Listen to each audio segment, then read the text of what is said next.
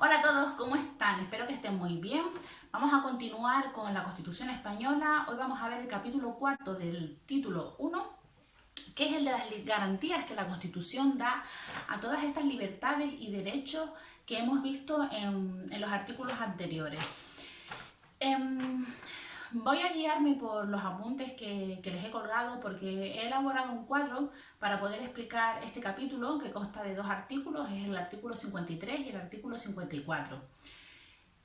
Pueden acceder a estos apuntes a través de la carpeta que tengo compartida en Drive. Tienen el enlace en mi Instagram, @pocompi, o me pueden escribir un correo electrónico a pocompi@gmail.com.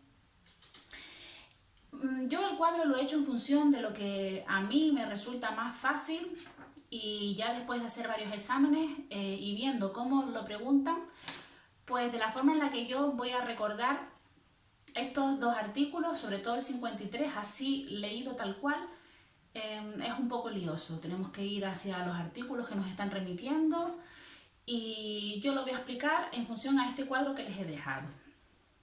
La Constitución nos va a dar una serie de garantías, mayor garantía para esos derechos que ella considera más importantes, los derechos fundamentales, y una garantía un poco inferior para el resto de derechos o de principios rectores que habíamos visto en el capítulo tercero. Para todos los derechos del capítulo segundo del título primero, es decir, los derechos tanto fundamentales como no fundamentales, habíamos dicho que la Constitución nos dice que vincula a todos los poderes públicos. Además nos dice que todos estos derechos del capítulo segundo se tienen que regular por ley. En concreto, vamos a diferenciar que se regulan por ley orgánica los derechos fundamentales, es decir, los de la sección primera del capítulo segundo, y por ley ordinaria el resto de derechos. También nos habla en este artículo 53 del recurso de inconstitucionalidad. Este recurso se explica en el título 9, en la parte del Tribunal Constitucional en la Constitución Española, entonces ya lo veremos más adelante.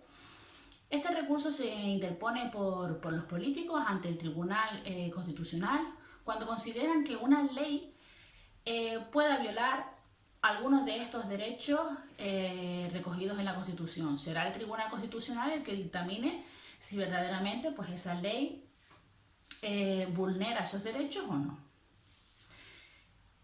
También el artículo 54 nos habla de la figura del defensor del pueblo. Otra garantía más. El defensor del pueblo va a defender todos estos derechos del capítulo segundo. Además nos dice que el defensor del pueblo es el alto comisionado de las Cortes Generales.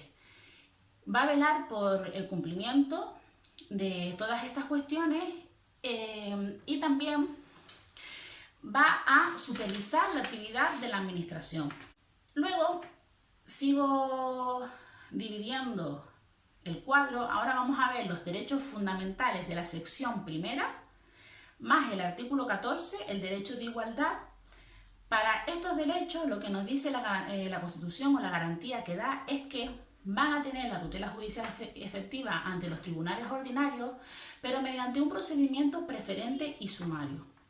Es decir, como ya habíamos adelantado anteriormente, cuando alguno de estos artículos del 14 al 29 entran en el reparto de cualquier tribunal, cuando llegue a ese juzgado se va a tratar de una forma preferente, va a tener prioridad y además se va a resolver de una forma muy ágil, muy rápida y con unos plazos bastante cortos.